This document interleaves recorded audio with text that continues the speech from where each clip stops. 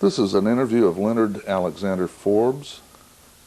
Uh, this is being done on March the 2nd, 1996, in Dallas, Texas.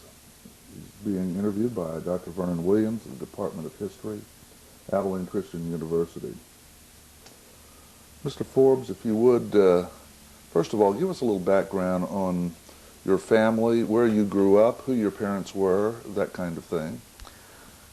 I was born in the town of Redfield, New York. That is about 40 miles north of Syracuse and Utica. My little town of about 200 people, and my father was a blacksmith when I was born, and after that, Dad went into the police department, and he was a constable for 20 years and a deputy sheriff for 8 years, and through dry time he was head dry agent of the county, and that's the atmosphere I grew up in. There was 8 of us children. I'm the second oldest. I had an older sister. She passed away sometime in '58, I think, something like that. I went to Redfield High School and for the 12 years in the same school, and graduated in 1939. About a year later, now Redfield was a dairying community, more or less. It had two sawmills there, and they closed about the time I graduated from high school, and because the lumbering industry went down, and the town was going down with it. Dad bought a hotel and bar in Florence, New York, which was about 5 miles south of there. And seeing as I turned 18, I became star bartender. I didn't drink, didn't smoke, and I was an ideal candidate. But my older sister got married and moved away. My next younger brother, who was a year and 4 months younger, and my sidekick all the time, and just went to work on a railroad, and so this lasted until just about the time the war started, and of course there wasn't any war there. I mean, we didn't even know there was a standing army at the time, and but then my brother talked my parents into joining the Marines, and he was 17 years old, and so he went in, and he went overseas in the Pacific, and he was on Guadalcanal, Bougainville, and Espiritu Santos, and all those New Hebrides islands, and he came back with yellow fever and malaria, was shipped home and shipped back to the States, and before I ever went in. Then I wasn't about to join up. I said, when they want me, they can drag me in. Of course, they won't have to drag too hard, because when they say my number's up, I'm in perfect physical shape, so I'm automatically in the Army. I wasn't against going, but I wasn't going to volunteer. And I finally got the greetings from the president, and I went in about the 2nd of December in 1942, I think it is. They took me to Fort Dix, New Jersey. Is this enough of the background, or did you want more of it? That's fine. Just keep the story going. That's good. Okay. Of course, at Fort Dix, we learned how to stand in line and for anything and everything we wanted, and learned that we had to do as we were told. And of course, we had a lot of shots too. We were put on the troop train, and we were taken down to Camp Gordon, Georgia. There they put me in the 812 tank destroyers and put me back on a train, and I came out to Camp Bowie, which is down in Brownwood. And at there I had my basic training, and first thing I did, I joined the motor pool as a driver, and we came to Fort Worth and picked up a new Jeep for me.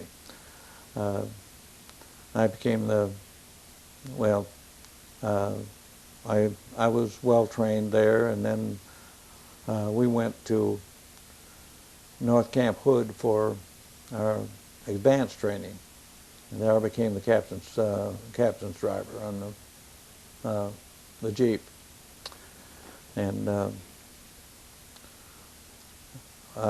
we received all our advanced training there and was ready to go overseas. And but when we got ready to go overseas, this test came up, and they put me in the ASTP. Tell us about that test. How did you have to? How'd you get out of that unit? Did they ask for volunteers? How did that happen? No, as I recall, they just told me that there was a test that they wanted me to take down in Camp Hood. It was Camp Hood then, not Fort Hood. And this North Camp where we were was just a tent city out there.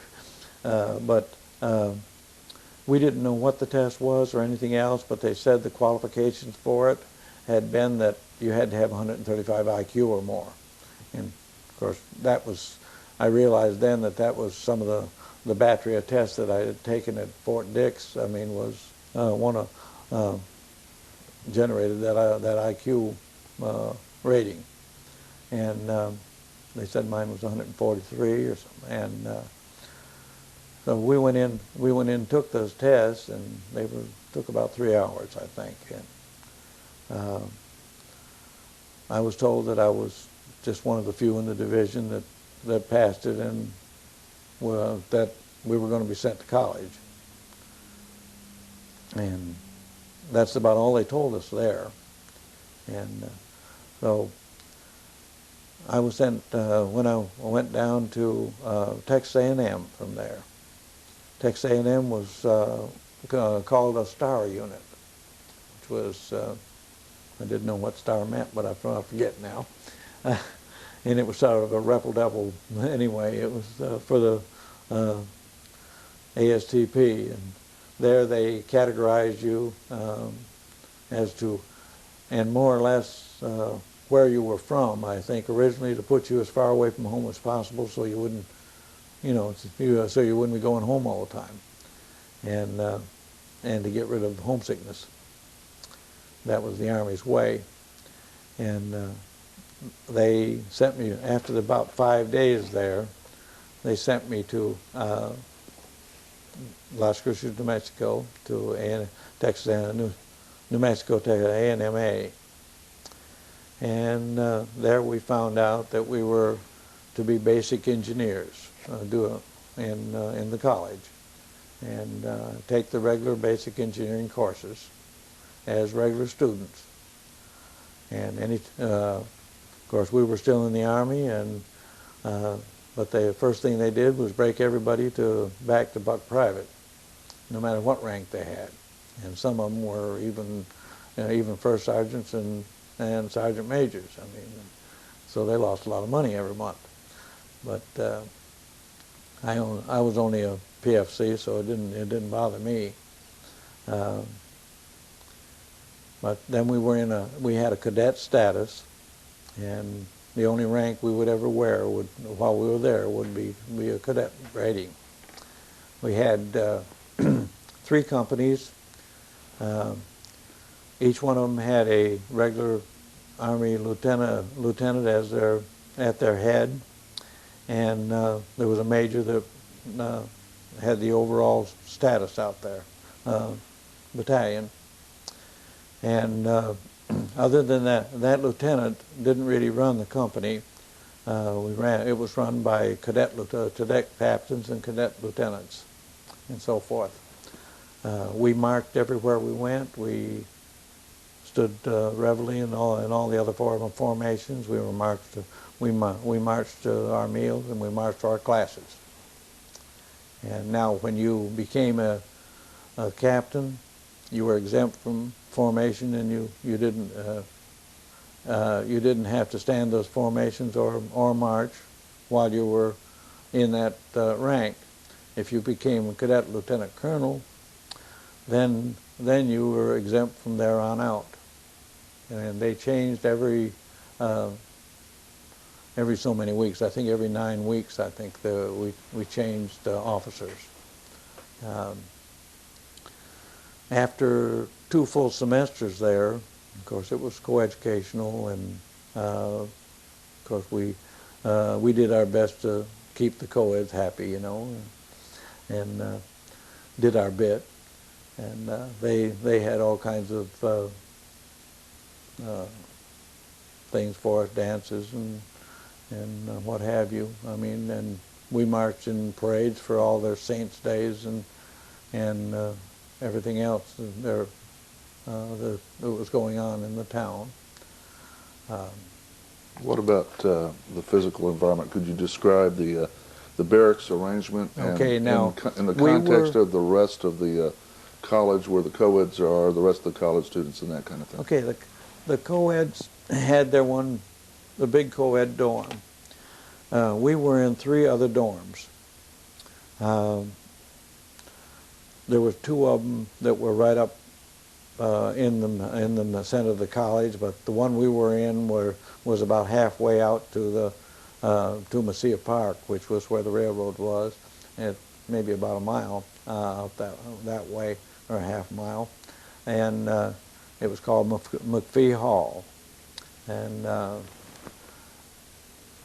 it was a 2-story building. It was just a big 2-story building with a lot of rooms, and each one, I don't know, there was about 4 of us to a room, or 6 of us to a room, and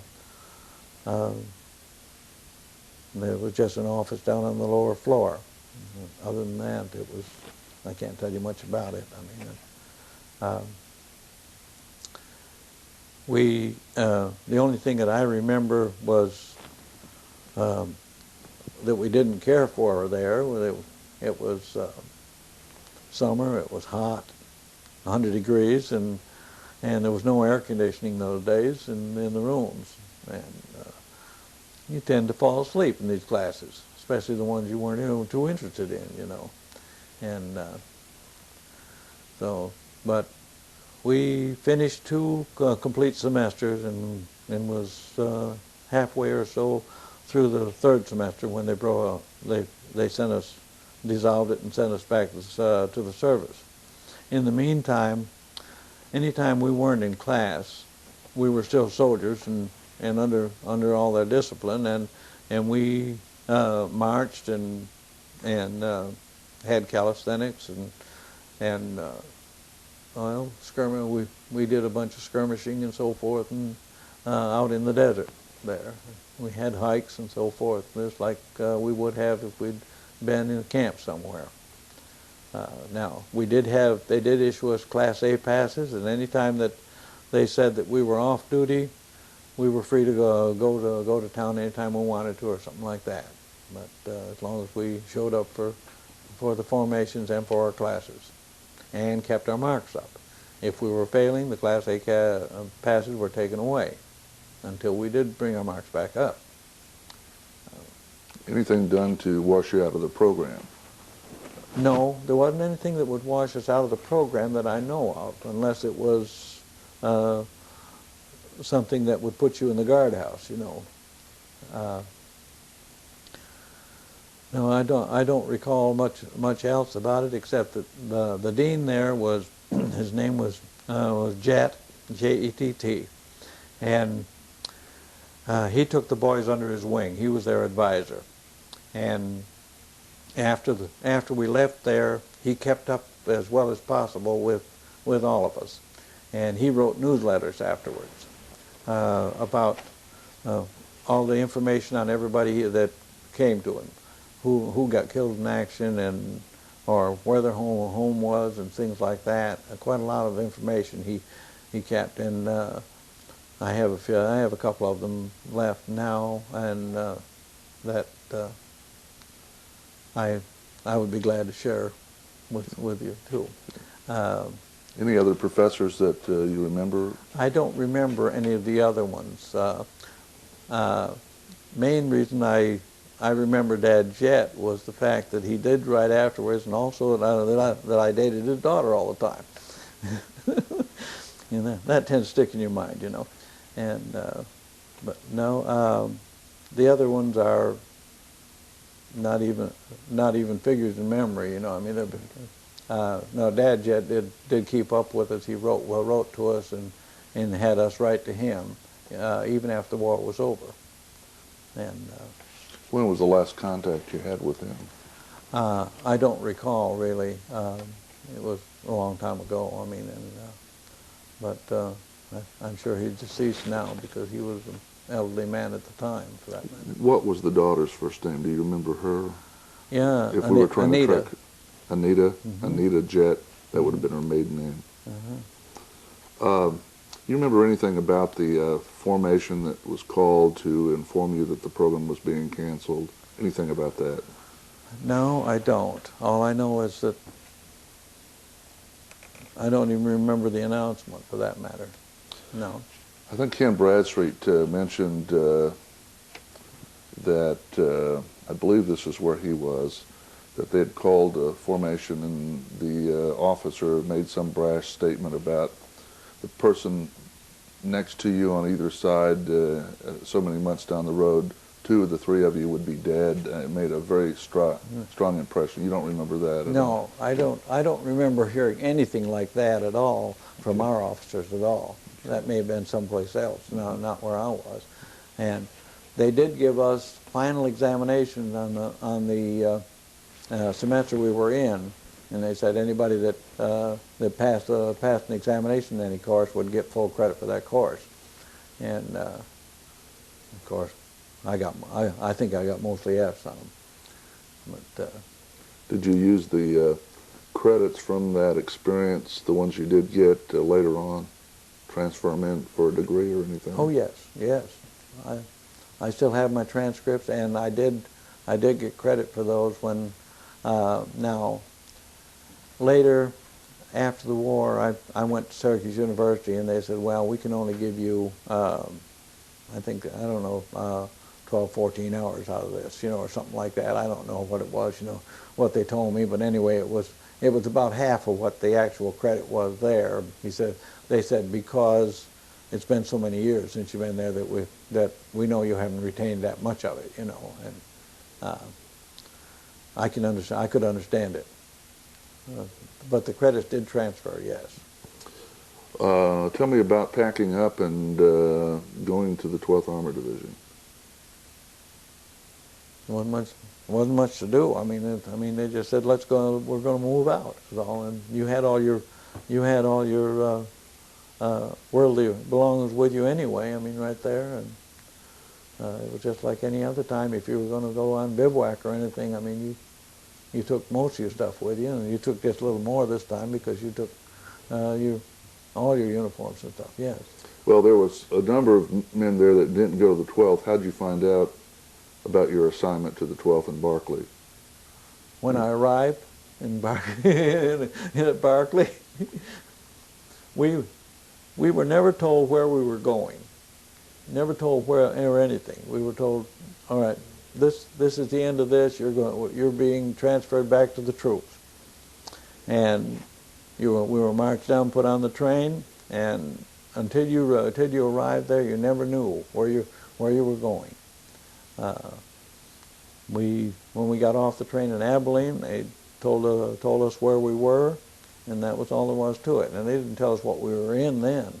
I mean, so we got out in our barracks. I mean, and they announced that you're now a member of so and so. Was there any processing that went on? When you reported to Barclay? No. Not that I recall at all. No. Well, talk us through those first few days at Barclay. What happened to you there? Well, that's completely gone from my memory, frankly. I can only guess what happened there. I mean, that's the idea. And we would have been taken off the train and loaded into 5-ton trucks and driven out to to the base and assigned to barracks, and then you would go. Then you'd go and draw your supplies, such as blankets and things like that that you didn't carry as personal belongings. What about friends from New Mexico? Were there very many with you at this point? No, I don't remember bringing any of them with me. I didn't know. In fact, I don't think I met any of them afterwards. The only one I remember afterwards was a roommate.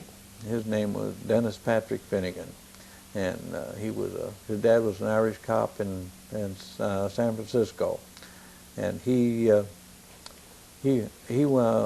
I heard later he was in one of the companies in the 56th, and I knew at the time what company it was. And the next time I saw him was when we were at Marseille on the way to come back home and the war was over, and the 56th was stationed in some tents just over the hill, and I went up there and looked him up, and he had come through it without a scratch too. So I do know he came back, but I've never heard from him since either. What are your memories of the Barclay period before they pull out in September of '44? Well, my memories of Barclay. Well, we had some. They started out with our regular training again, and of course I had already been trained so thoroughly that all this training was old hat to me, and naturally I did well in any of them, like such the rifle range or anything, and I'd come out with top scores. Of course, I was raised in the woods when I was small. There was big woods all around us, and I had a rifle in my hand from the time I was able to pick it up, I guess. And I wound up with high scores, and they came off of that, and they put all the high scores in snipers training. And I come out with top scores in that and was named first platoon sniper. And about that time, I said, I came to the realization that I just dug myself into a hole and signed my own death warrant. And there isn't anything more dangerous than going in as a sniper. And but there wasn't much way to get out of it right at the time. Now, of course, during that time, the people in Abilene were wonderful to us. I mean, they just, of course, in those days, the civilian population just about everywhere was, I mean, they bent over backwards for the soldiers. I mean, they had a lot more feeling for them than they do today. And they set up a USO there, and they had people there to just talk. I mean, if you wanted, they had just about everything for recreation, and they put on dances and so forth. They didn't. The monitors there in the USO weren't allowed to date the soldiers, but as long as they stayed inside the rec room there, I mean, they showed you a good time. And we went to movies in town, but we had a better movie out on the base because the Army got all the new movies when they first came out, you know. And but we went into pretty rigorous training, and I remember when I was firing on the sniper's course, the rifle had an extra 4 inches on the barrel, so it could have extra range, and it would slide you back on your elbows about 4 inches. Well, we were firing on bedrock, so the first day you cut your elbows out, and they were bleeding. And then after that, you had scabs there that the first shot knocked them off, and you and you flinched every time you shot, you know. But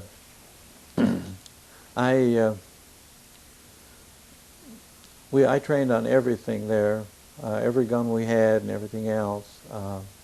Then when we were ready to leave there to go overseas, we started getting ready for that. We found out that the armorer had a spot on his lung and was sent to limited duty. And they said anybody that was up for volunteers in there, so who could handle the job. And seeing as I had training on all the guns in the tank destroyers along with all the guns there, I said, well, there's only one gun that I don't have training on, and that's the grease gun, which was the new submachine gun, and to take the place of the Thompson. And so I volunteered for it, and they said, well, we'll give you the job but there's a condition to it. You have to pass the battalion inspection that's coming up in 3 weeks. And we've never passed a battalion inspection. Setting you up. Well, I was determined we were going to pass the thing. And I said, what does the inspection amount to? And they said, well, you have to know every gun here, every piece of every gun and its nomenclature, and be able to identify it. You need to be able to take any gun here down apart and put it back together blindfolded. Just answer the question, and every gun has to pass too. So I said, okay. How many do we have? Well, we don't know. We don't have a list of them. With no paperwork, nothing. So the first thing I did was have everybody turn them in, turn all their guns in, and reissued them to them, and made some records. And of course, when I got them all in, I found rusted guns, and they were in very bad shape. Everything was, and there was not just the rifles and carbines and submachine guns, but there was the 75 millimeter guns and 37 millimeter guns that were in the out in the motor pool also that were my responsibility, and bazookas and rocket launchers and all that kind of stuff. I found out everything the company had at least and was supposed to have, and I made up some records, and I dug out the books on them, and if I didn't there wasn't a book on one of them, I had to go to battalion and get it. And I spent a lot of midnight oil, burned a lot of midnight oil. I reissued the weapons out and with orders that they had to be cleaned and to my inspection before they could turn back in, and they gave me that authority. And some of them were not fixable or cleanable, pitted and so forth. Those I evaluated and turned in for new ones. Other ones we decided they wouldn't stand combat, and they weren't fit for combat, and we traded those in for new ones. Well, to make a long story short, I did pass the inspection. What they did is they came in and they took a 5-gallon bucket. They filled it half full of parts at random from just about every gun we had there. They shook them up. They blindfolded me and handed me a part and said, "What is it? What gun does it belong to? What's its nomenclature? What's its use? How does it work?" Then they'd bring a gun over. They kept me blindfolded all the time, and they brought the gun over and they said, "Take it apart down to its smallest piece. And as you take it apart, I want to know every part." So I named every part and took them down, then put it all back together. Yeah. This is the type of thing they did to me. but I passed it, and I was young, and I was quick at picking things up. And when you like something and you really set your mind to it, you can do it if you want to. And so along with the job, I got I was made a T5, which is technical corporal, and I found out the job also called for an assistant, which as a PFC. So I asked for my buddy to be made PFC for me. They said, well, he's got the job, but he can't have it yet. He was a rifleman in the 2nd platoon. When we get overseas, then he will have the job. Well, about one of the other things that happened while we were there was one night one of the fellows got a little bit too drunk, and this MP tried to take him in, and he hit the MP and put the MP in the hospital. So naturally, he wound up in the guardhouse. He was brought down under armed guard every day that we were there, and he did all the digging for the company, dug all the slit trenches and sumps and everything else, and cleaned out all the latrines, and did all the dirty jobs like cleaning the grease traps in the kitchen. And the grease trap, until you've been into a grease trap, you don't know what one is, because it's not only the old stale grease, but it's all those bits of rotten meat in there too, and everything, and it smells so you can hear it. You can smell it 2 blocks away, and it takes a real strong stomach to clean one out. Anyway, he got all those type of jobs, and he dug and dug and dug every hole and everything else on bivouac and everything, fire breaks and everything else, and fire pits also. So finally we got ready to go overseas. They told him that he'd be released when he got overseas, because all prisoners would be released then. So I just tell you this because I'm going to tell you about him later. Okay, we finally got ready and got everything in there and shipped out for overseas. Is there anything else you want to hear about right there? Because I can't think of anything else for Barclay. Huh? One question. You mentioned earlier before we started taping that you had your portrait taken. Was that in Abilene? Was that what? Was the portrait taken in Abilene? Yes. Could you tell me a little bit about how that was set up? Was it downtown? Oh no, this is just from here up, and it's got I have a garrison cap on it, and I think I must have paid him to touch it up. It's. Okay, go ahead and tell us about the trip from Barclay and on into overseas. We were put on the troop train again, of course, and that's the only way they moved troops those days. And when you're moving in troop trains, of course, in the day it's fine, but at night the shades are all drawn. You're not allowed to let any light out because, for security reasons. And of course, everything, you were always being pushed off on a siding for maybe hours or half a day while something with more priority went by, whether it was materials or people.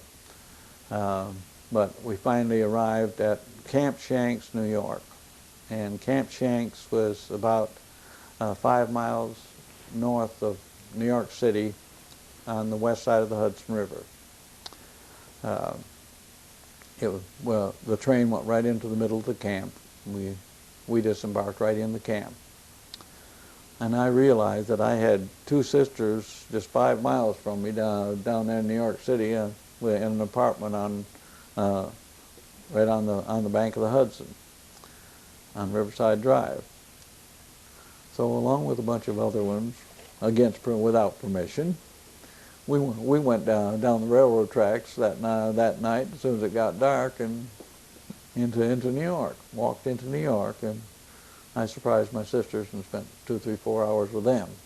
And the convoy that we were going to go out in was forming right in front of their eyes, right there you could see it out their windows. And of course, I wasn't supposed to do anything like that either, but because loose lips sink ships those days was the motto. But I told them, when that convoy's going, I'm gone. He headed over for Europe. And that's all I knew. But I went back up the railroad, and when I got there, they'd had orders to load up into the trucks. I just got back in time. And they didn't miss me.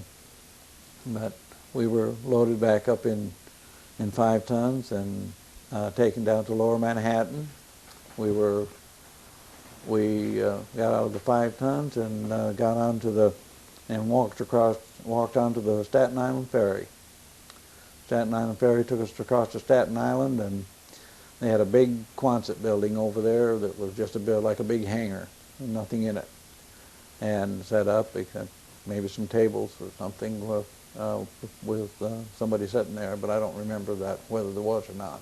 They're bound to have been, so for them to do the paperwork and stuff. But what we did know is there was a whole bunch of medical corps there with needles in their hands, and we had to run the gauntlet of there to take our overseas shots, which amounted to yellow fever and malaria and things like that. And no, yellow fever and smallpox. I didn't get malaria, not going east. And I still got my shot records at home. But then we marched right out onto a ship that was sitting there. It was called the called the Empress of Australia. It was captured by the English back in World War I. At one time it had been the Kaiser's yacht. It was an old wooden tub, and it was manned by English merchant marines. I was assigned to sea deck, and we were in a big mess hall, and they had an aisle down the middle and tables on each side, like picnic tables, with a seat on both sides attached, and they assigned a soldier to sleep on each side on the bench, and also on the tabletop, and then the rest of us were assigned to hammocks that hung above them, that would be put up above every evening when it wasn't being used as a mess hall. And I drew one of the hammocks, and I think that's probably the most comfortable of the bunch anyway. But we went across. Well, we were there. We were about 10 days going over, and we landed in Liverpool. In Liverpool, we were disembarked there and loaded onto 5 tons and taken to Tidworth Barracks, which is just north of Southampton. At Tidworth Barracks, they gave us passes to go to London. They were just overnight passes, and we were issued the rest of our combat equipment. In fact, our vehicles, we picked up our vehicles there, and one of the things we picked up was the entrenching tool, which is a folding shovel. And when this fellow I was telling you about that was put in the guardhouse, they released him and they handed him his folding shovel. He looked at it about 10 seconds and he threw it just as far as he could throw it. He says, "I dug my last GD hole in this man's army." And nobody ever saw him take one shovelful of dirt after that. There were a lot of times that we were in deep foxholes, and the snipers were picking us off in the foxholes and everything else, and he was laying right on top of the ground and never got a scratch. But he was captured later and was marched overland and wound up in Dachau. And when we liberated Dachau, he was one of them that came out to meet us. And he was a roly-poly young fellow. But when he came out of Dachau, he was skin and bones. He was. But they say the ones that walked with him said that he bitched and griped at those Germans every step of the way. They knocked him down with gun butts and everything else, and he wouldn't stay down, and he wouldn't quit griping at them, and no matter how much they beat him. And it's a wonder they didn't kill him, but they didn't. Nobody knows why. Anyway, we received the rest of our equipment in Tidworth Barracks, and my buddy got his PFC stripes, and he got to be the assistant. And then we were taken down to Southampton, and we were loaded into LCIs, the landing craft, a regular landing craft where the front doors drop, and brought to go across the English Channel. We landed on Omaha Beach, but there wasn't any war there. I mean, the war was many, many miles inland. But we came up out of there, and we went into Paris. We stayed in Paris 2 days, and we got to see a couple of the sights there while we were there. And then we drove on until and little by little we started hearing the big guns in the distance. And you suddenly realize you're hearing them, that you've been hearing them all the time, but you suddenly realize what you're hearing. And they got stronger and stronger. And we stopped at Luneville, France. And that's where we jumped off for our first action. I didn't join in the first action. I wasn't one of the fighting members. I was one of the cooks, and stayed back with the cooks and stuff like that. And like I wrote home and told them that I was a non-combatant. I was behind the lines many, many miles. Well, that wasn't too much of the truth there, but it kept my mother feeling better anyway. That first action was in the rain and mud, and we lost quite a few men in it. Mortar shells mainly, and things like that.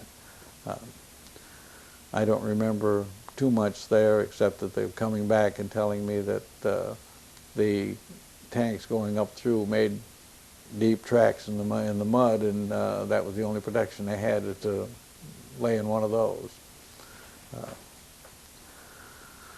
Beyond that, everything gets jumbled up. What comes after what, And when we were traveling, I was the 50 caliber machine gunner on the captain's half track.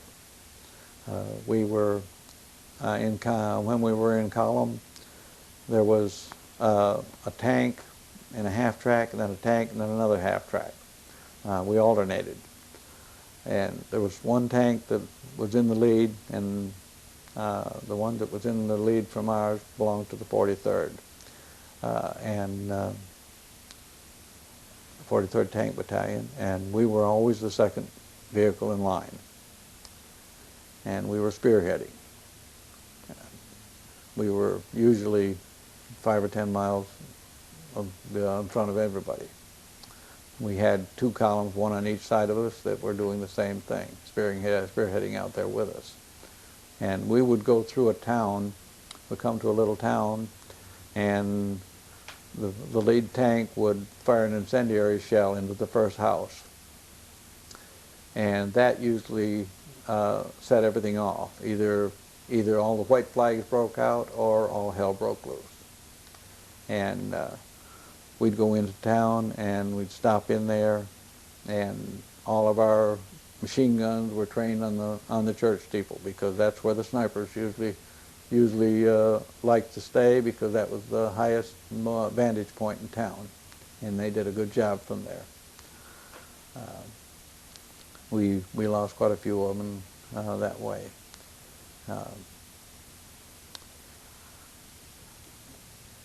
After we we drove through there for quite a while. When we drove all the way to the Rhine in our sector, we were pulled back, and we were loaned to the first French Army, attached to the first French Army, as to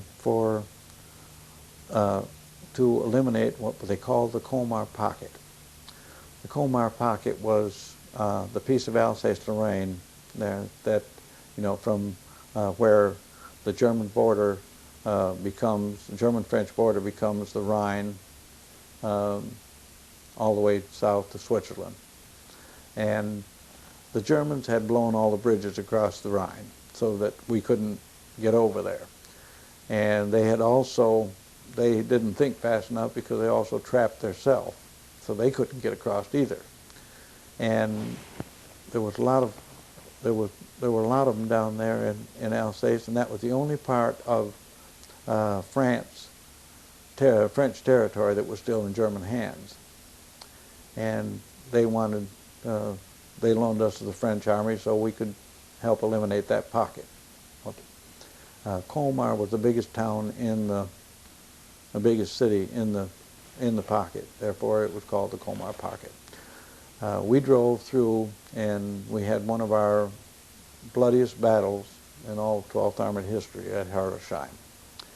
And going into Herlesheim, I was on the 50 caliber machine gun, and about a week before, the captain had taken a bullet in the thigh, and he had stayed up there with his boys and wouldn't go back to the field hospital until he got blood poisoning, and the leg turned black, so they carried him back. So the exec had taken over, and we were going into Herlesheim, and he was standing here side of me in the middle of the front of the half track when a sniper centered his silver bar in his helmet, and he dropped across my ring mount.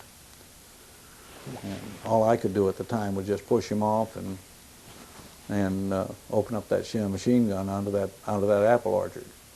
And of course, like all the machine guns were opened up on it then. So, but you didn't get those snipers that way. I mean, they were too well dug in or hidden.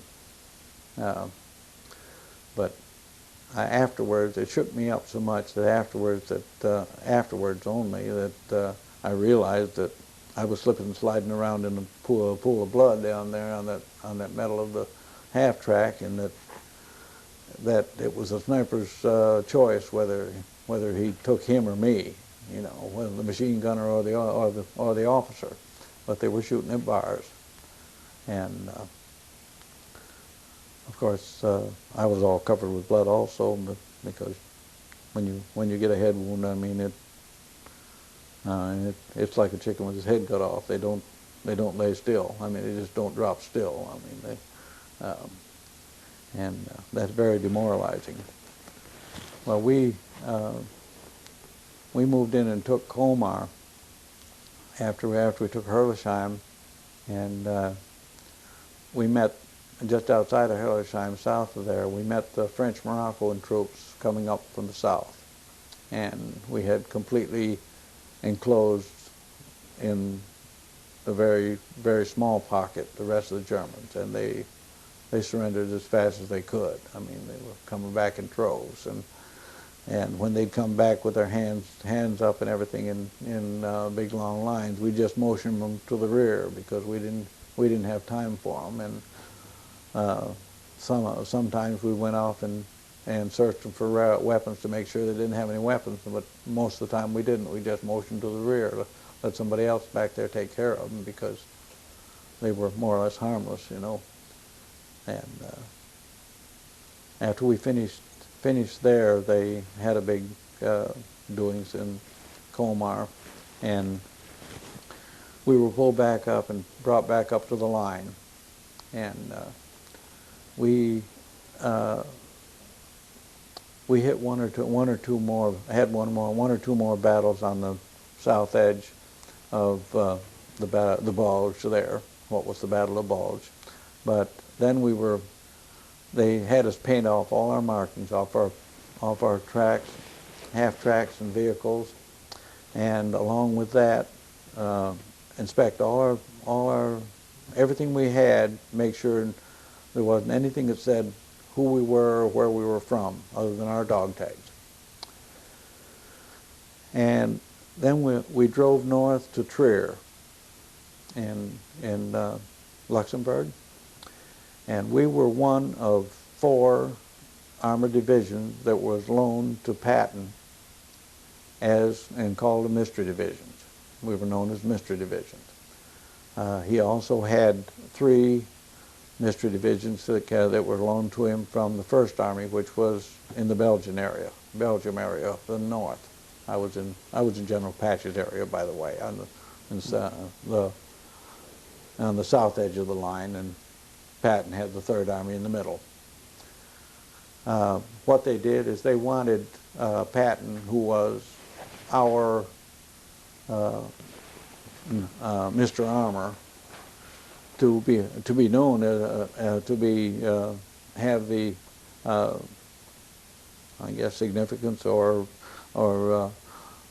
notoriety or whatever you want of defeating them with our armor, because he was up against Rommel, who was the Germans' #1 man, Mr. Armour, and had really tore us apart in North Africa, and he had I think 5 Panzer divisions waiting for us down there, and still locked on this side of the Rhine and backed up against the Rhine to where, with the concentration, they were very, very deadly.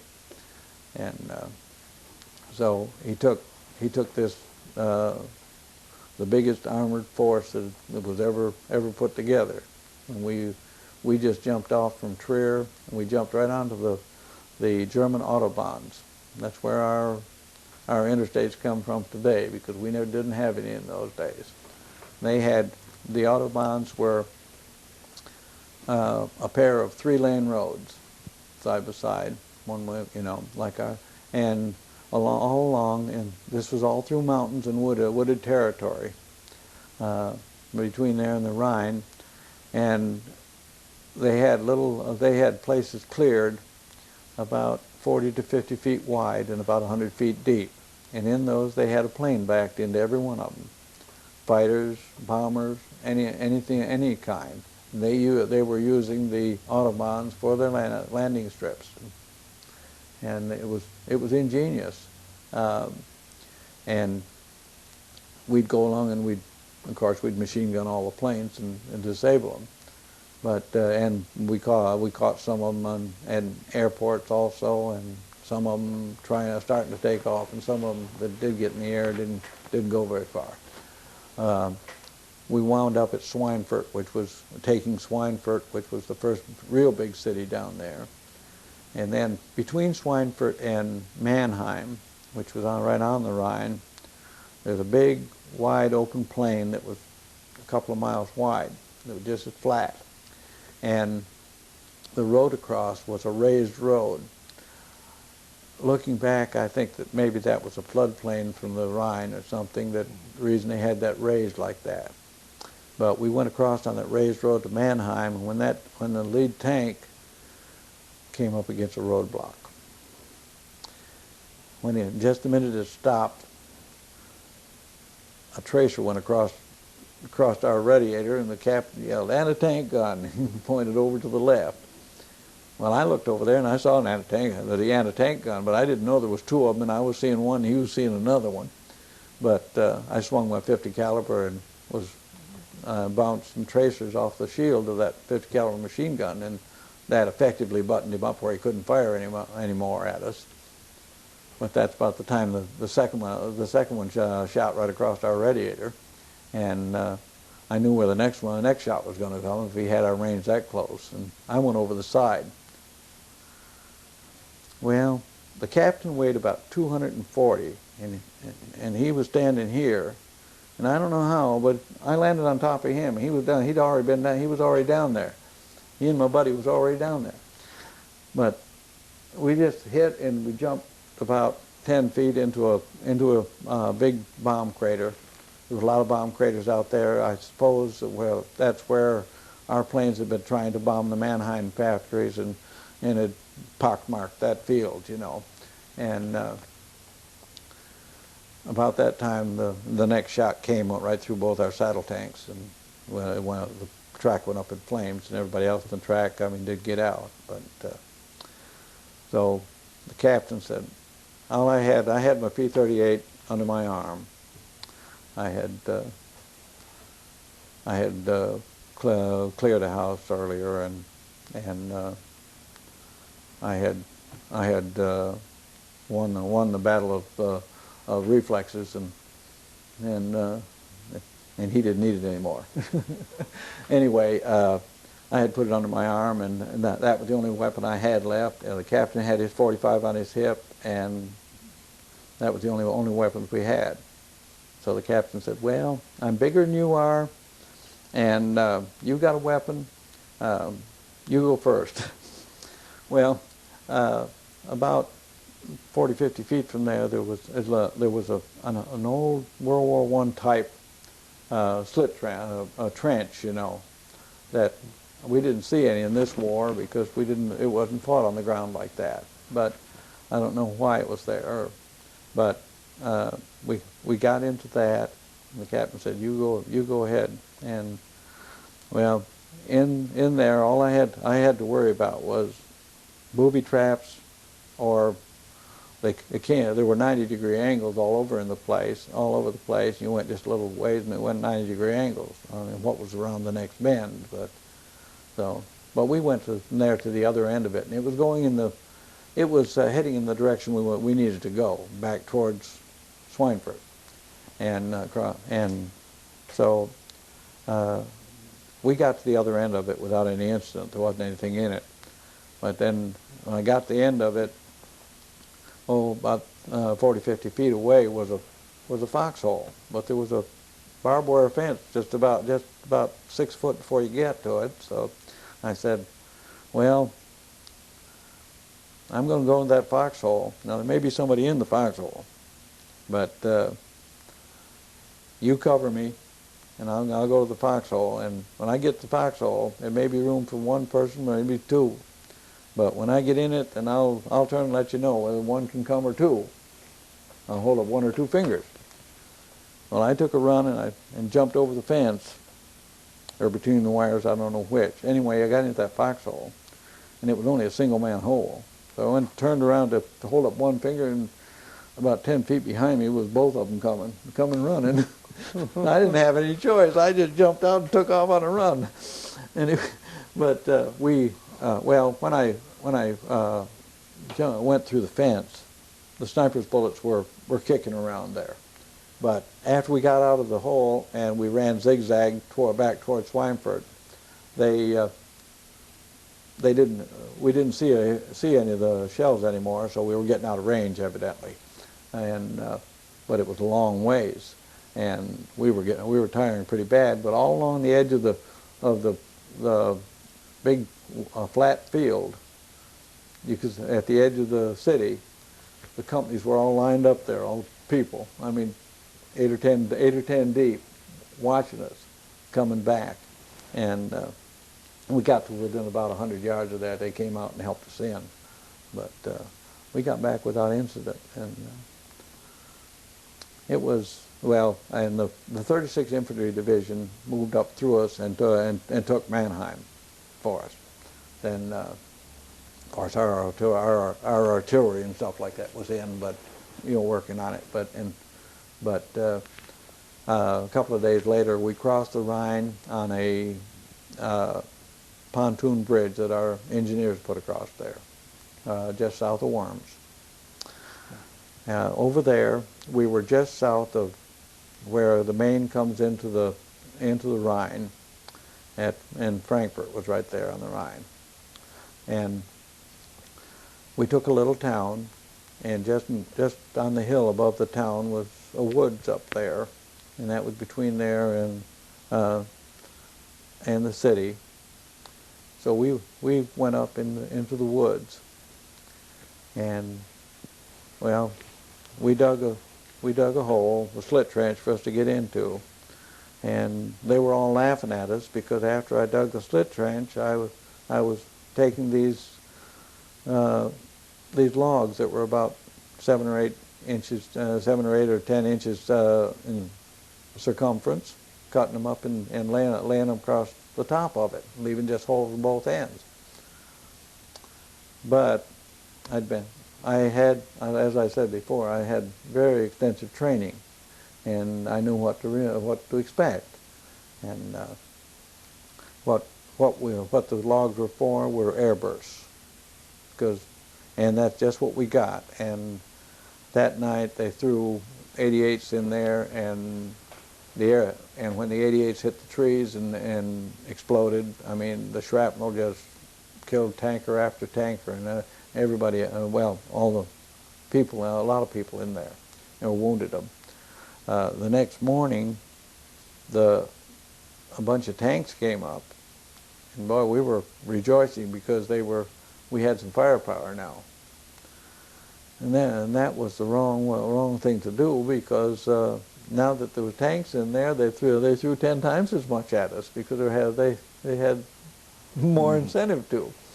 And but they went on to take the city, and we left, got back in our vehicles, and we went into a series where we would drive all night out on the road straight across country, and then in the daytime we'd hide in the woods.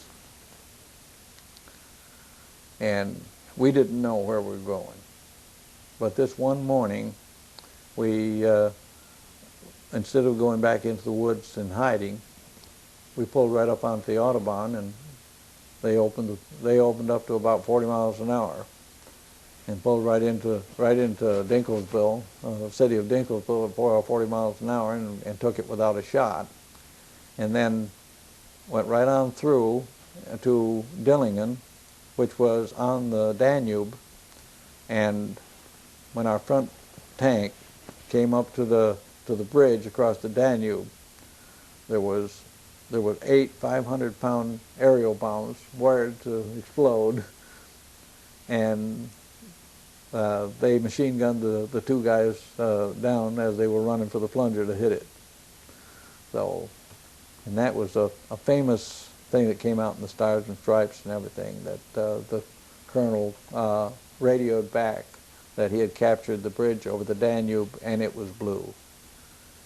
He meant the Danube was blue, but the division headquarters thought the bridge was blown. So, and I have pictures. I have some pictures of from there and everything too.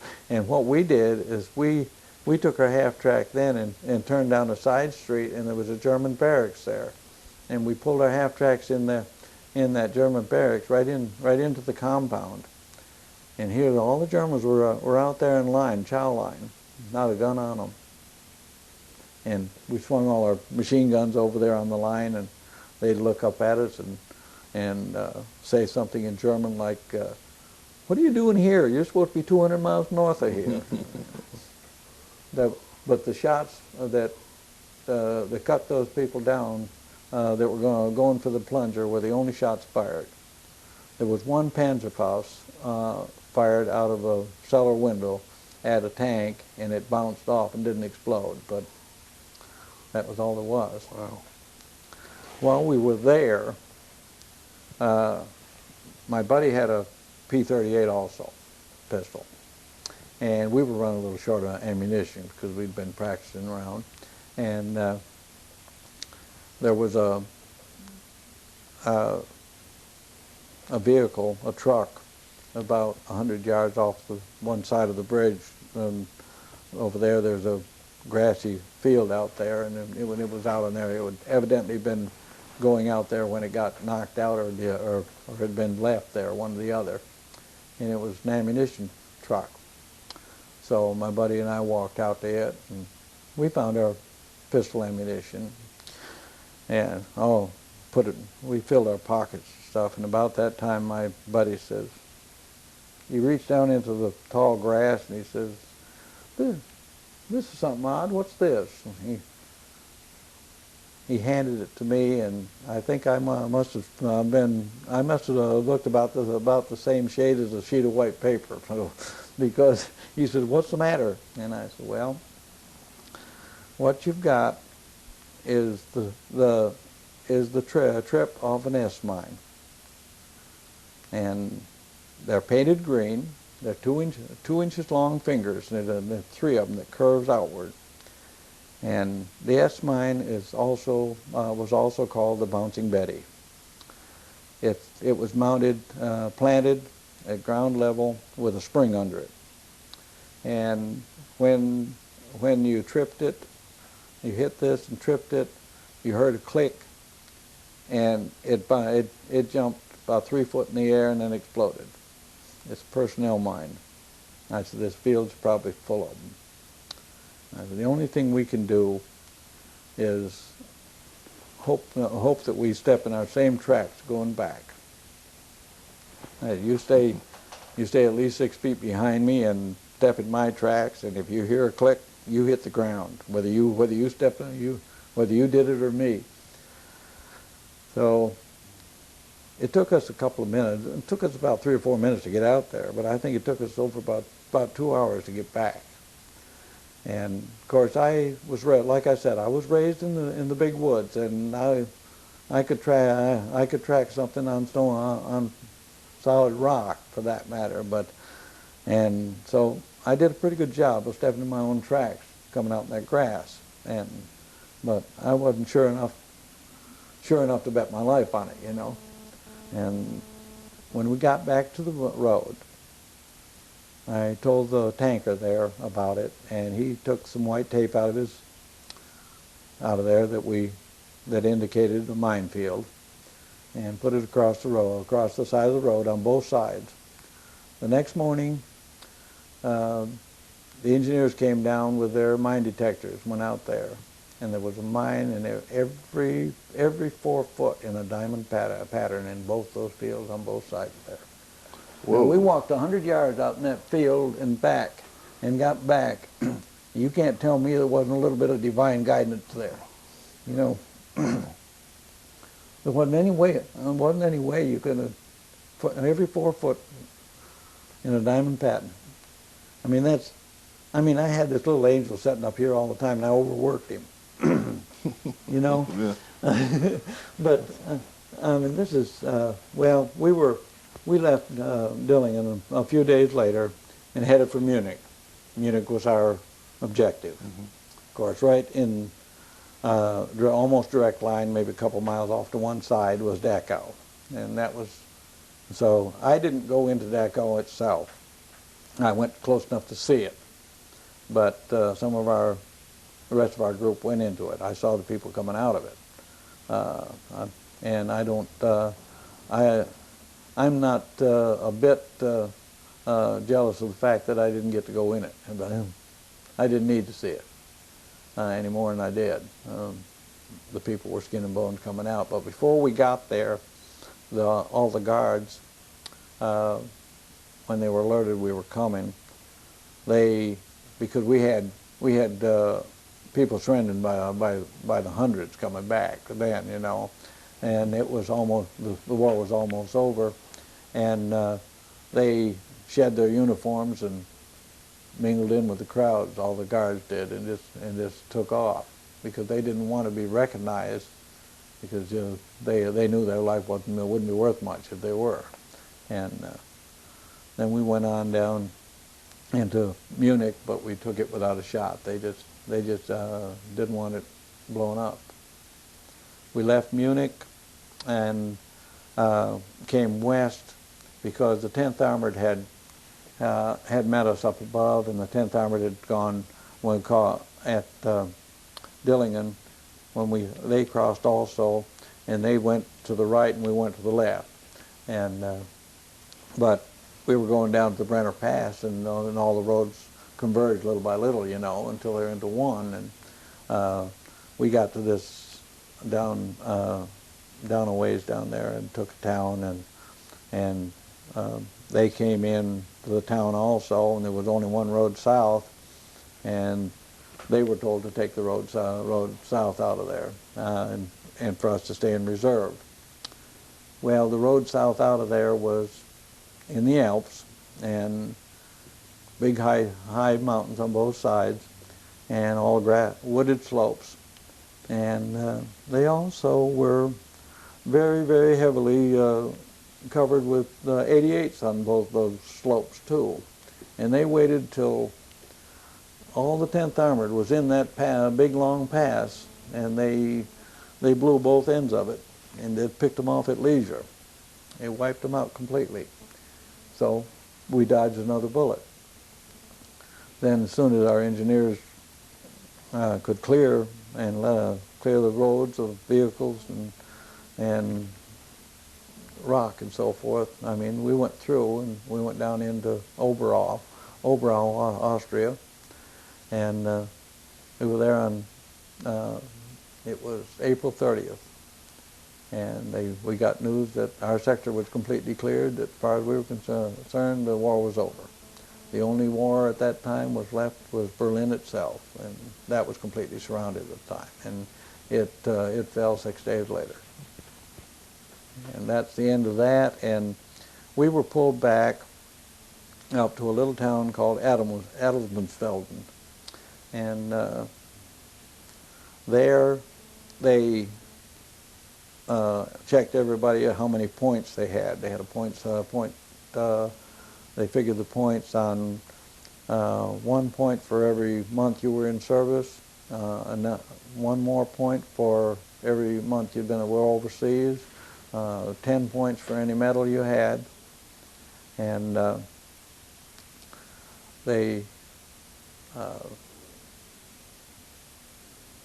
I had 60 points. My buddy had about 48, and anything under 50 was sent back home to be given a 60-day furlough and then shipped to CBI, China, Burma, India, out in the Pacific, redeployed. But if you had over 85, you were automatically brought home for discharge.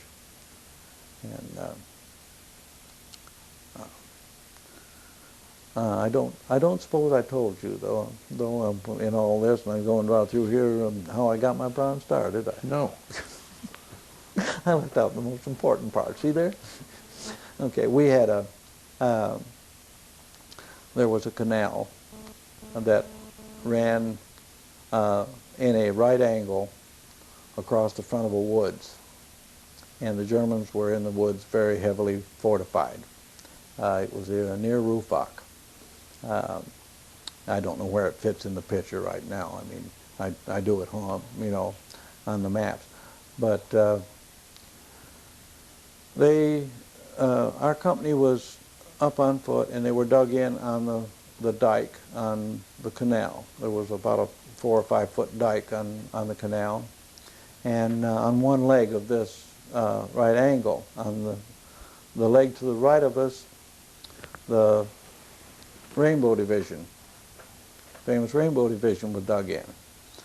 The captain came back one night and said, "Forbes, we're expecting a counterattack sometime within the next 7 hours." And he said, we've got a footbridge across that canal, a swaying footbridge, that's on our right flank, and we think that they might be coming across it. And I need somebody that can handle a machine gun and at the same time fix it if it breaks, fast. He said, "You're the only man in the company I know can do that." So he said, "Why don't you and Al get a heavy 30 and all the ammunition you can carry and come with me." So we went back up the line, and of course I was exempt from all duty, and I was back off the line most of the time. So anytime they caught us doing anything, I mean, it was a big joke around the company, So we come up on the line, and then at the CP, and then had to go all down the line all the way to the right, carrying all that stuff, and Of course, everybody was wisecracking at us. So, oh, God, the war's over. Forbes, they brought Forbes up. And my gosh, they're scraping the bottom of the barrel. They brought him up, you know, and all that kind of stuff. I mean, we really had it all the way down. And, of course, it was good for them. It broke their tension a little. And we got down to the right end, and they showed me where the bridge was, and I picked the spot for the machine gun, and we set about digging a two-man foxhole. And of course, we had a lot of supervisors around us, you know, and about the time we finished, I went over and I started digging a second foxhole. That's when we really caught the flack. What's the matter? You not using your deodorant anymore, or can't you guys get along together anymore, or something like that? You know, and I mean, they had a million of them, of course.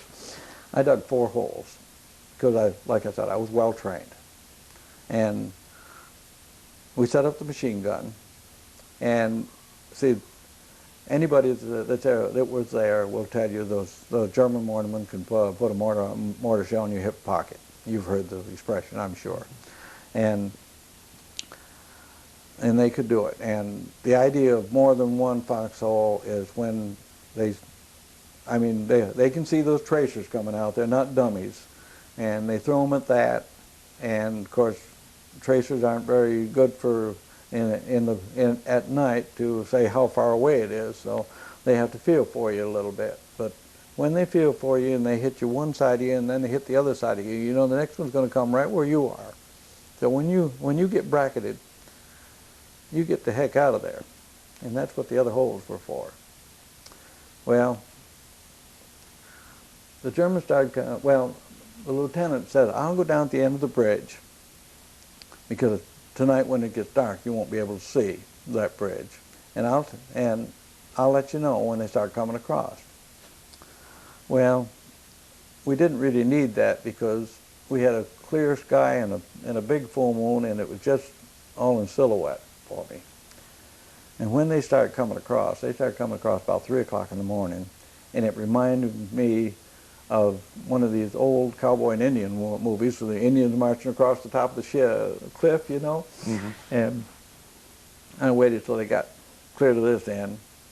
Al was asleep down here, crouched down in the hole, and I wound up with my arm on top of his head, like that, on the machine gun when I opened it up. I don't know, he woke up pretty easy. He must have been a light sleeper, you know. And okay, I continued firing till they bracketed us and we moved and everything, but we fired all the way up through to 9 o'clock in the morning and set that gun up. I'd moved to the 3rd hole by that time, and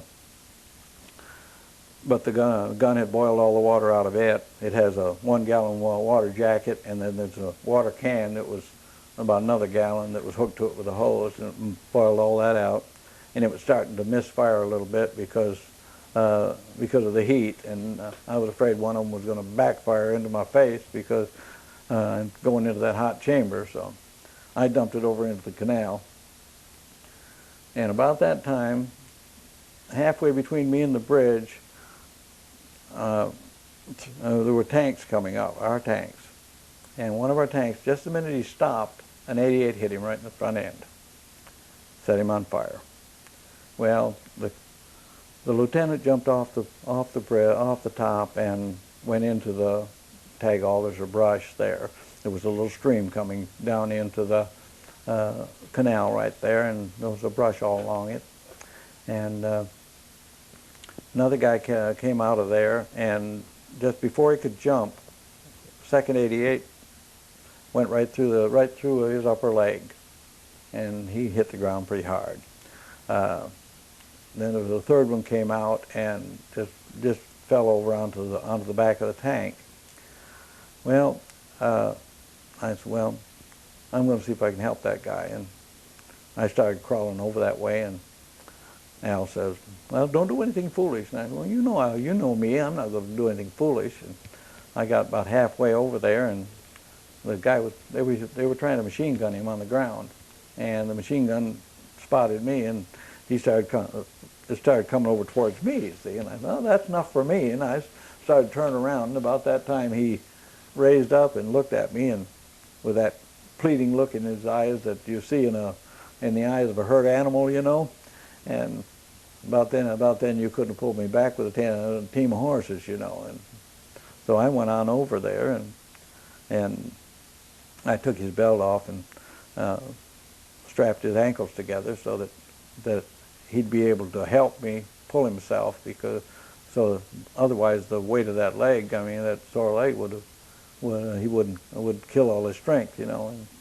And I helped him. We got him out to where he was hidden in the brush.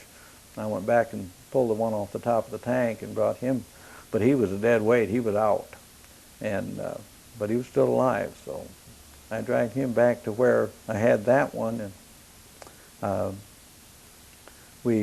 he was bleeding pretty bad. So the first one was. So I put a tourniquet on him, and put a makeshift bandage on him best I could. But then I just half dragged him, and he half helped me until we got over to where the lieutenant was. The lieutenant was just standing over there watching us. And so the lieutenant, I told the lieutenant, watch that tourniquet and bandage now. So I went back and got the other one, but it took a lot of willpower to go back over there and get that other one, I'll guarantee you. But I got back there with the second one. I said, now this one, he's out. Maybe concussion, maybe just fright, and we don't know. He don't seem to be bleeding anywhere, but so there's nothing we can do for him anyway. It's probably shock. But the one that's wounded, we're going to have to start to take back. He needs to get help as soon as possible. So I said, I'll take one side, you take the other. And he wouldn't move. The lieutenant? Yeah, the lieutenant wouldn't move at all. And I got pretty mad. I pulled my P-38 out from under my arms, and I said, if you get a hold of that side, or you're going to stay right here with a bullet between your eyes, because I could care less right now. And I didn't right then. I mean, but he could understand it. I mean, because he grabbed a hold, and we started back. Well, the rest of the tanks were coming down behind that tank, but they had retired out of range when that 88 hit that one. And of course, the captain that was in charge was watching us with field glasses. And when he saw us coming back with that wounded man, he set two sets of stretcher bearers down to meet us. And when they got to us, we turned him over to them, and they redressed the wound and everything, and put him on the stretcher. And then they said the other pair went back after the other one, and I was glad of that. I didn't want to go back down in there, and I was getting pretty tired anyway. And so I walked back with them while they brought that out. And we got out to the tank, and the captain thanked me for going after his men, and I said, well, I better get back to my company then. So I went back over to my company. And when I got there, the captain said, where in the hell you been, Forbes? And so I explained it to him a little bit, and he was a very fair man. I mean, he never jumped to conclusions or anything. And he said, well, you're wringing wet. I've been crawling through that snow water and stuff, and it was it was in the 30s. And he said, you're not good to us this way. He said, you'll only catch pneumonia. Jump on that half track over there and get back and get some dry clothes on. So he said, I've got to go talk to that tank commander anyway. And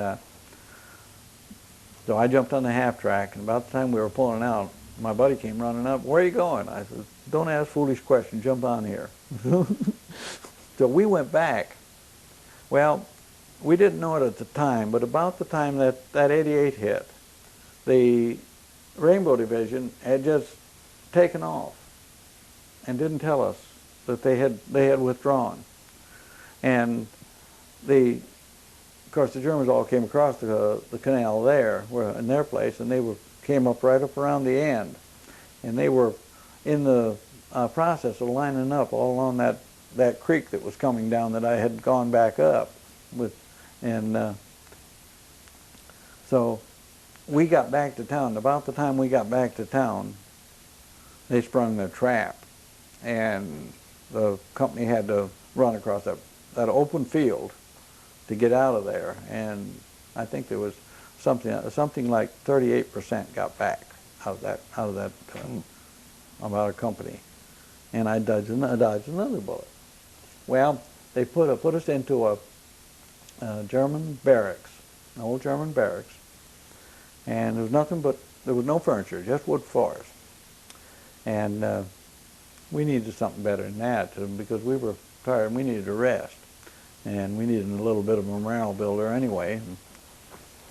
My buddy and I went over. There was a house across the street from the main gate, and we asked them if they had a room for 2 soldiers, and they said, sure. And they had a nice double bed in there and a nice room all by themselves. So we stayed over there for a full week.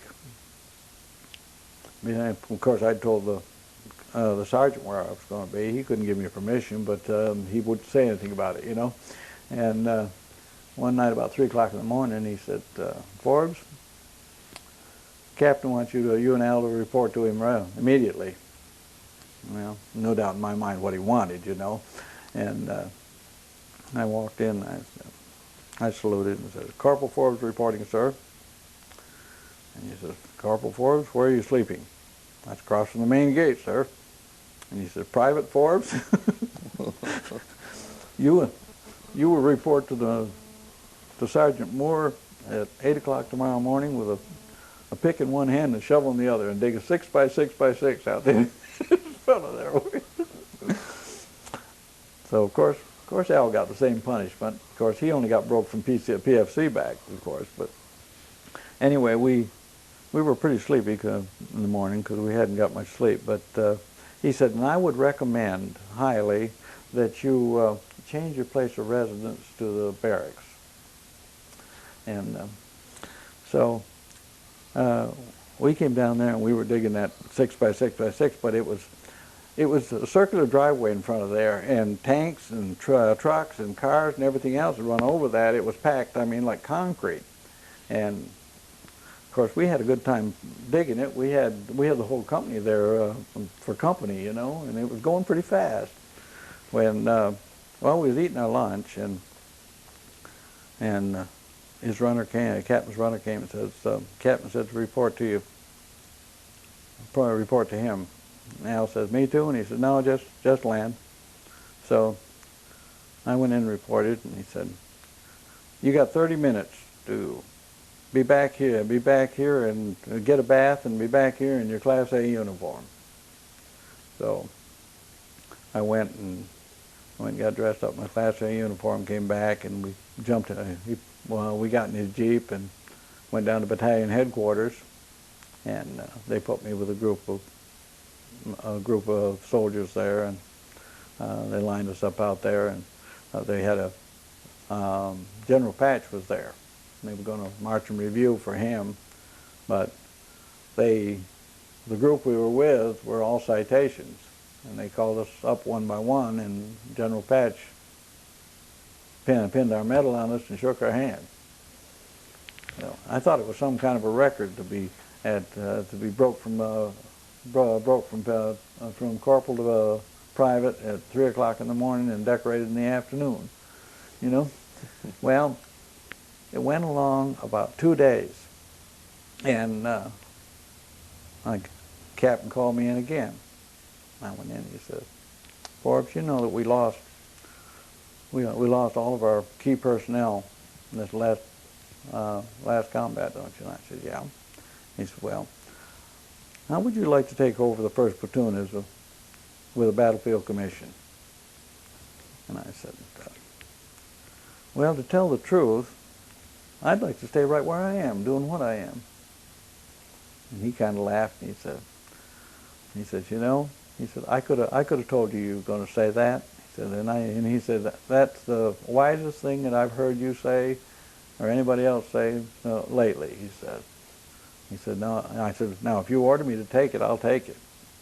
But I said, I'd rather stay where doing what I am. He said, no, I won't order anybody to do it, because he said, everybody knows they shoot their bars out there and nothing else. He says, and I wouldn't put any person in that, any of you in that. But he said, I know you're well enough trained and conscientious enough to do a good job if I put you there.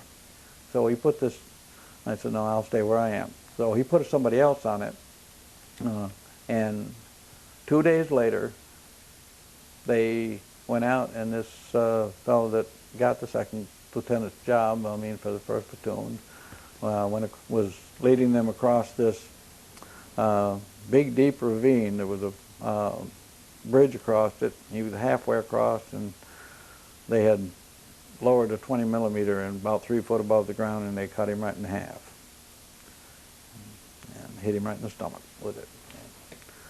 And I said, well, there, my guardian angel did it again, you know.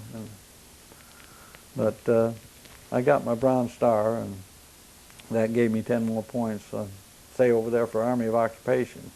And of course, when the war was over and we were pulled back there, they said there was, if anybody had between 50 and 85 points, you stayed there as Army of Occupation, and that was me. But everybody was griping, they wanted to come home, and I couldn't see it. We're over there. Only millionaires got to go to Europe, you know, in those days, travel to Europe in those days, and here I was at the company's expense, government's expense, and I had earned anything I've got over there, I think. So I wanted to see the country while I was here, because I probably would never get back. And well, then they came out with an edict: if you had any relative anywhere in the ETO over there, in that European theater, that you could get a pass to go see him. Well, on the way over, I had gone to visit my brother-in-law, my oldest sister's husband, who was he was a ground crew of the Air Force. He was stationed 80 miles north of London. He'd been over there for a couple of years, and I went over, and I had gone up and met him for the first time. But he was my dearest buddy at that time, so I put in for a pass to go to see him. And of course, I was stationed in the middle of Germany here, and they said, and the pass read 18 days in London. And I went out of there and went to Paris, spent a day in Paris. Then we went to Camp Pall Mall. They had what they call the cigarette camps across along the English Channel, and those were the camps where they sent all they were embarkation camps for all the ships, shipping out to the United States and to England. Well, because of shipping so many high pointers home and everything, all the ships were taken out. So everybody was sitting there waiting for a ship to go over to across the channel, and of course after 2 or 3 days they got itchy and they got into crap games and so forth. Of course, I didn't gamble in those days, and but I enjoyed watching them. And most of them, an awful lot of them, lost all their money and had to go back without ever going across the channel. And one time in particular, this black fellow came up, and back in those days, you know, there was real heavy discrimination, you know, but because of the war, I mean, the war did more for it than anything else, I think, to make them a little bit more equal. And he walked up to the crap game and he said, would any of you gentlemen object if I joined in? And they asked each one of them. Nobody objected, so he joined in. And all our money was changed into English pounds. Well, come to his turn, he'd shoot a pound and he'd lose it.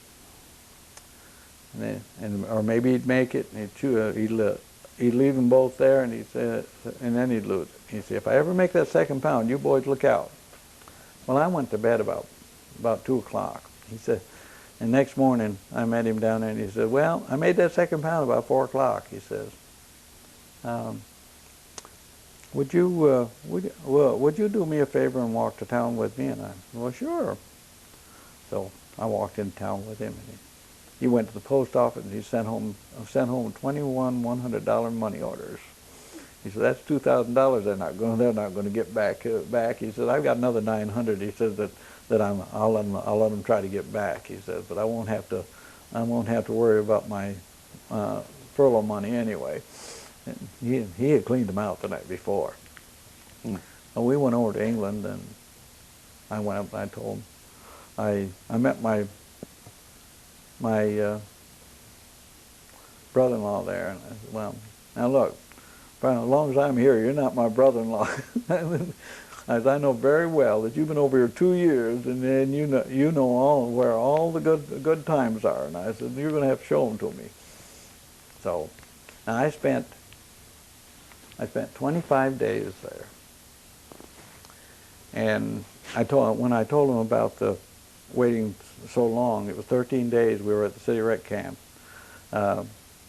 He said, why? He said, there's no problem there. He says, mail plane goes out of here for Munich every day. He said, I'll put you on that. So he took me into the colonel, and the colonel said, sure, we'll put you on any time. So I spent 25 days there, and then they put me on a mail plane, and I landed right in Munich, hitchhiked the first Jeep out of there and went back to my outfit, and I got back before any of them. And, after, well, I had a couple passes to Paris and to look at it, and I just really roamed the countryside around there and looked the place over. While I was there, they had taken the regular pub down there and changed it into just a place for a gathering place for the soldiers, and I set up a camera down there and showed movies every day for all of them. And well, the townspeople were invited also. And I also hunted there. I shot a couple deer there in the forest. I gave half of one to a German family there that showed me where to go to hunt. And the second one I brought in, and the whole company fed off from it. But and we fished. Of course, sometimes we fished with concussion grenades, but but we got fish too. Anyway, after then they came to dissolve the 12th Armored Division, and the supply sergeant had over 85 points. But they asked him to stay on for a couple, 3 weeks to turn in all the equipment. Well, he turned in all the major equipment, but then there was a lot of it there that they said, well, you're going to have to wait till we're ready for that stuff. So I had turned in all my weapons, and so I told the captain that, why don't you just let me take over the rest of it, because I've got to stay here anyway, and let him go on home. You know, I mean, there's nothing I can't handle. So I took over the rest of it, and then the rest of them went on home. And he went on home. Well, after we turned in everything, and they'd tell us what they wanted, I wound up with nothing but the company guidon. There was no place to turn it in. So I took it to the captain, and I said, I've got the company guidon here, and what do I do with it? He says, well, do you want to take it home with you? And I said, well, don't you want it? And he said, well, I'll take it, but he said, you've got it. And he said, you get first choice. He said, it's yours if you want to take it home. I said, sure, they make a real good souvenir. So I've got the company guidon of that. And we were put in the 100th Infantry Division for the trip home. And when the time came, they took us to Marseille, and we were in a tent city outside of Marseille, and then we boarded a ship there. It was the Edward Rutledge. It was the sister ship was a Hood, and they were I forget what they call those ships now. Liberty ships? Liberty ships, yeah. Now, the escort, one of the escorts of the convoy was the USS Enterprise, flat top. And we had just got out of into the Atlantic when there was a hurricane in the Azores there, and we were right on the edge of it. And the seas were so high it came right completely up over the decks. Nobody was allowed on deck. But the Hood, which was our sister ship, didn't shut her engines off quick enough, and when the propeller came out of the water, it just threw it completely off of there.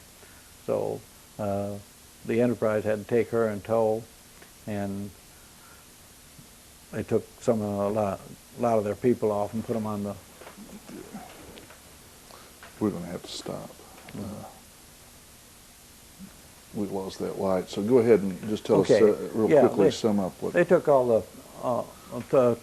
took some of the people off and brought them in, and of course we knew when we were approaching New York, and I mean we could see it just rise out of the sea, you know, and it's quite a sight that way, and then of course that old lady with the torch when we came in, I mean that puts your heart in your mouth a little bit, you know, especially since last time we saw her we were headed the other way, and they discharged me immediately from Camp Hood, or from Fort Dix. I had tonsillitis, so that I couldn't swallow water, and they wanted to send me to the hospital for that before have that taken care of before I was discharged. But I had talked to some people down there, and they said, well, we came into the hospital for some little thing like that, and after it's over and taken care of, you just can't get back on another roster to get your discharge. And so I said, well, I'll sign the papers that I'm responsible for them. And he said, well, you have to get so-and-so to sign them. And so I had to go up and get an officer to sign them. And I got my discharge that way. I had to have my tonsils out myself after I got home. But, well, thank you very much. This concludes, this is the end of the tape.